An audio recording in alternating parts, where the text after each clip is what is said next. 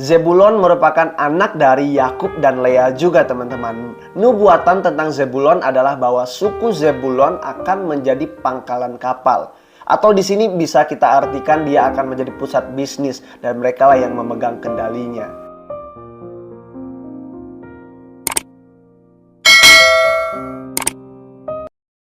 Halo teman-temanku semua, selamat datang kembali di channel Bang Kepo Rohani. Selamat datang bagi teman-teman yang baru mengunjungi channel ini. Terima kasih kepada kalian yang sudah mensupport channel ini dari awal sampai hari ini. Oke teman-temanku semua, kali ini Bang Kepo masih membahas tentang tokoh-tokoh Alkitab yang terdapat dalam Perjanjian Lama.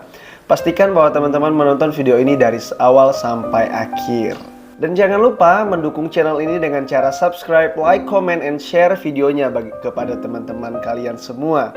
Dan jangan lupa menekan tombol loncengnya untuk mendapatkan notifikasi apabila ada video terbaru dari Bang Kepo Rohani.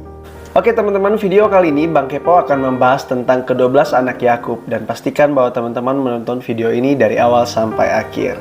Oke teman-temanku semua, ke-12 anak Yakub ini sangat dibanggakan oleh Yakub sendiri. Namun yang pasti bahwa ada salah satu anak yang menonjol dari cerita ini teman-temanku semua. Tapi kita akan membahas tentang fakta-fakta dari ke-12 anak ini. Ke-12 anak ini juga merupakan perwakilan dari ke-12 suku Israel nantinya. Tanpa berlama-lama kita akan menyebutkan 12 nama tersebut. Yang pertama adalah Ruben, Simeon, Lewi, Yehuda, Dan, Naftali, Gad, Asyer, Isakar, Zebulon, Yusuf, Benyamin, dan Dina yang adalah perempuan. Oke teman-temanku semua, kali ini kita akan membahas fakta-fakta yang ada tentang ke-12 anak.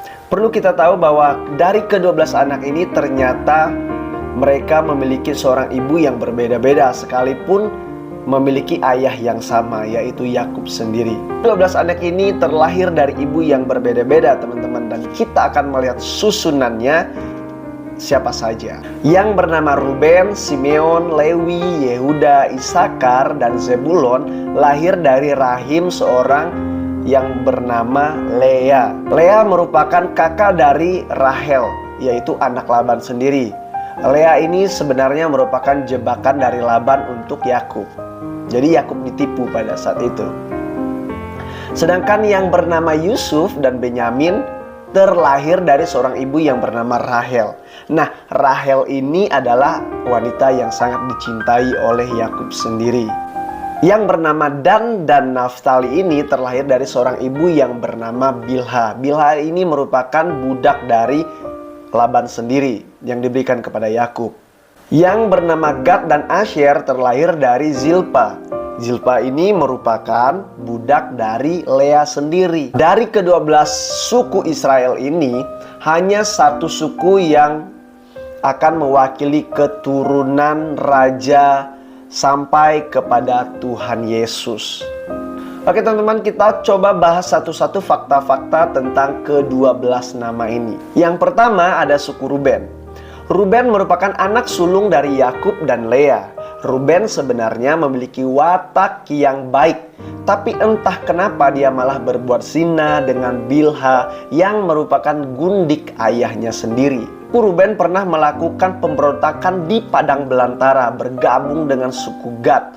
Pada zaman Saul pun ia pernah melakukan serangan terhadap Hagri bersama dengan Gad dan Manasye. Suku Simeon. Simeon merupakan putra kedua dari Yakub dan Lea. Arti namanya adalah mendengar dari kata Ibrani Syama. Simeon juga ikut membantai orang Sikem karena pada saat itu orang Sikem melecehkan adiknya yang bernama Dina. Nah, pada saat itu mereka marah. Jadi ceritanya ada di cerita Yakub ya teman-teman. Silahkan cek di video Yakub sebelumnya. Atau nanti Bang Kepo akan menaruh link tentang video Yakub. Dalam peran yang lain, Simeon pernah menjadi jaminan untuk saudara-saudaranya di Mesir. Jadi pada saat itu teman-teman, Simeon dan saudara-saudaranya pergi ke Mesir untuk meminta bantuan. Dan mereka belum tahu sebenarnya yang memimpin pada saat itu adalah saudaranya sendiri, yaitu Yusuf. Tapi kita akan membahas tentang Yusuf di video lainnya. Dalam Bilangan 2 pasal yang ke-12 ayat yang ke-13 berjumlah 22.300 keluarga. Suku Simeon pernah menang melawan orang Amalek di kala zaman Hizkia. Suku Lewi. Lewi merupakan anak ketiga dari Yakub dan Lea. Harus diakui di sini teman-teman, ia pernah melakukan hal yang sangat kejam bagi Yakub pada saat itu, yaitu membunuh orang Sikem tanpa sepengetahuan Yakub atau ayahnya sendiri.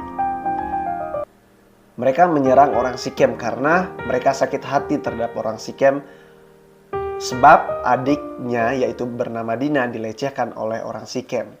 Karena memang sifat mereka ini keras dan simbol dari mereka ini pun sebenarnya tentang senjata. Jadi bagaimana karakter mereka ini bisa diartikan bahwa berbuih-buih begitu ya, mudah marah, mudah emosi, mudah terpancing emosi begitu. Namun di kemudian hari, keturunan Lewi justru menjadi wakil-wakil Allah. Maksudnya di sini adalah menjadi pemimpin dalam peribadatan. Menurut catatan, Lewi hanya memiliki anak yang bernama Gerson, Kehat, dan Merari. Suku Yehuda. Yehuda merupakan anak keempat dari pasangan Yakub dan Lea. Kelahiran Yehuda mengingatkan ibunya kepada Allah Israel. Yehuda juga adalah salah satu orang yang membenci adiknya, yaitu Yusuf, dan ikut serta menjual Yusuf.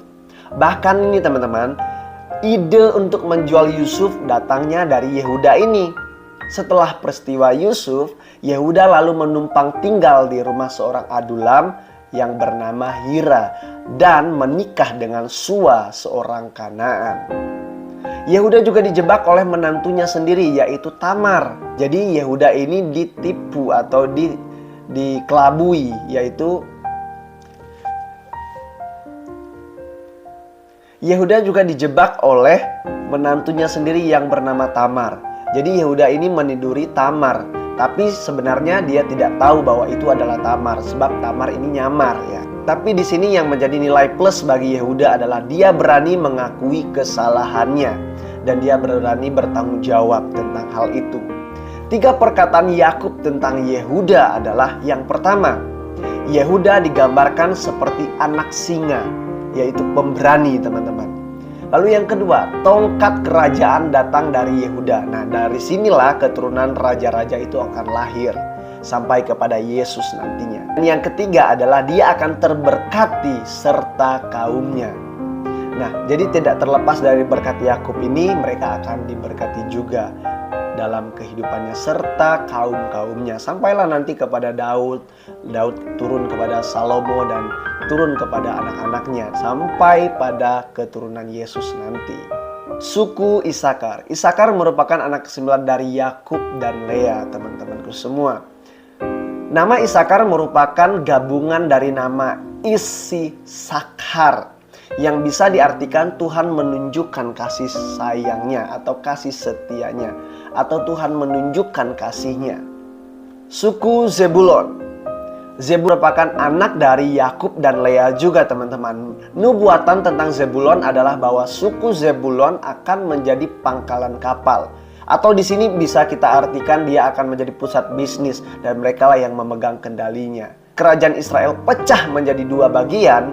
Zebulon lebih memilih mengikuti kerajaan utara. Suku Yusuf. Yusuf seperti suku Yusuf. Yusuf merupakan anak dari Yakub dan Rahel. Rahel merupakan orang yang sangat dicintai Yakub. Oleh sebab itu dikatakan bahwa Yusuf ini adalah anak yang sangat disayangi dan dibangga-banggakan oleh orang tuanya. Akan tetapi dalam hal ini Yusuf menjadi orang yang terpenting dalam kehidupan saudara-saudaranya. Nah, hal ini juga tidak terlepas dari rencana Tuhan dan penyertaan Tuhan terhadap Yusuf ya teman-teman. Suku Benyamin. Benyamin adalah adik dari Yusuf sendiri, yaitu anak dari Yakub dan Rahel. Benyamin yang arti dari namanya tersebut adalah anak kesayangan. Benyamin lahir di Kanaan. Sebenarnya nama sebelumnya adalah Ben-Oni, yaitu anak kedukaan. sebab proses kelahirannya yang sangat sulit. Nah, Benyamin adalah orang yang tidak tega melihat Yusuf kakaknya akan dibunuh serta dijual. Apalagi sampai dibunuh ya, dia paling tidak tega karena memang Yusuf ini adalah saudara kandungnya atau kakak kandungnya sendiri. Suku Dan merupakan seorang yang dilahirkan dari seorang budak yang bernama Bilha, teman-teman. Jadi bukan dari Lea, bukan dari Rahel. Tetap dia menjadi anak Yakub, namun dari ibu yang bernama Bilha. Suku Dan ini tidak terdaftar dalam 12 suku Israel yang tercatat dalam Wahyu 7 ayat yang ke-5 sampai yang ke-8. Menurut dugaan Irenaeus, teman-teman, Antikristus ini akan lahir dari suku Dan ini.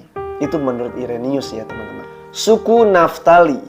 Sama halnya dengan Dan, bahwa Naftali adalah anak yang terlahir dari seorang budak yang bernama Bilha.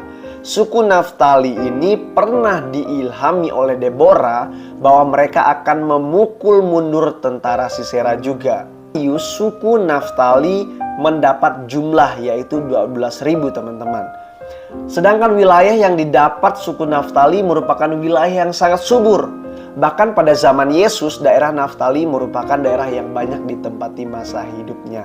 Di sini maksudnya Yesus dalam masa hidup dan pelayanannya. Suku Gad. Gad merupakan anak Yakub dari Zilpa yang merupakan budak dari Lea sendiri. Suku Gad mendiami wilayah timur Sungai Yordan. Pada masa Musa, suku Gad mempunyai 9 kaum.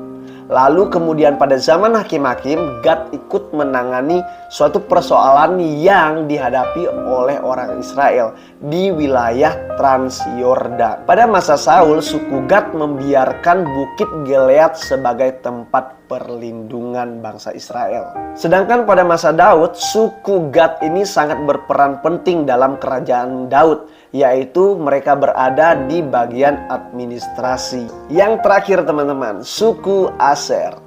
Aser merupakan anak dari Yakub dan Zilpa. Seperti yang kita ketahui, Zilpa ini adalah budak dari Lea sendiri. Aser menjadi suatu suku yang diberkati oleh Allah juga, teman-teman. Pada zaman Yosua, suku Aser menerima undian kelima untuk mendapat wilayah bagian untuk mereka pimpin berdasarkan suku mereka masing-masing. Fakta penting dalam hal ini adalah orang-orang dari suku Asyer termasuk yang datang memenuhi panggilan Gedeon untuk berperang melawan Midian. Bahkan ketika kerajaan Israel pecah pada zaman Raja Rehabeam, suku Asyer bergabung dengan kerajaan Israel Utara bersama dengan 9 suku lainnya. Sewaktu kerajaan utara dikalahkan oleh Asyur pada tahun 722 sebelum Masehi, semua penduduknya dibuang ke tempat lain dan suku ini menyebar kemana-mana, teman-teman. Itulah fakta-fakta ke-12 suku Israel yang merupakan anak dari Yakub sendiri dengan ibu yang berbeda-beda. Jadi dari sini kita bisa melihat ya, teman-teman, bahwa ternyata semua anak dari Yakub ini diberkati oleh Allah karena janji Yakub dengan Allah serta janji Allah dengan nenek moyangnya. Oleh sebab itu kita melihat bahwa janji Allah tidak pernah gagal di dalam kehidupan manusia. Dan ingat, ketika Allah sudah berjanji, Dia akan menepati. Jika ada tambahan dari teman-teman semua, silahkan tulis di kolom komentar. Dan terima kasih kepada kalian yang sudah menonton video ini dari awal sampai akhir. Tuhan Yesus memberkati. Salam kepo rohani.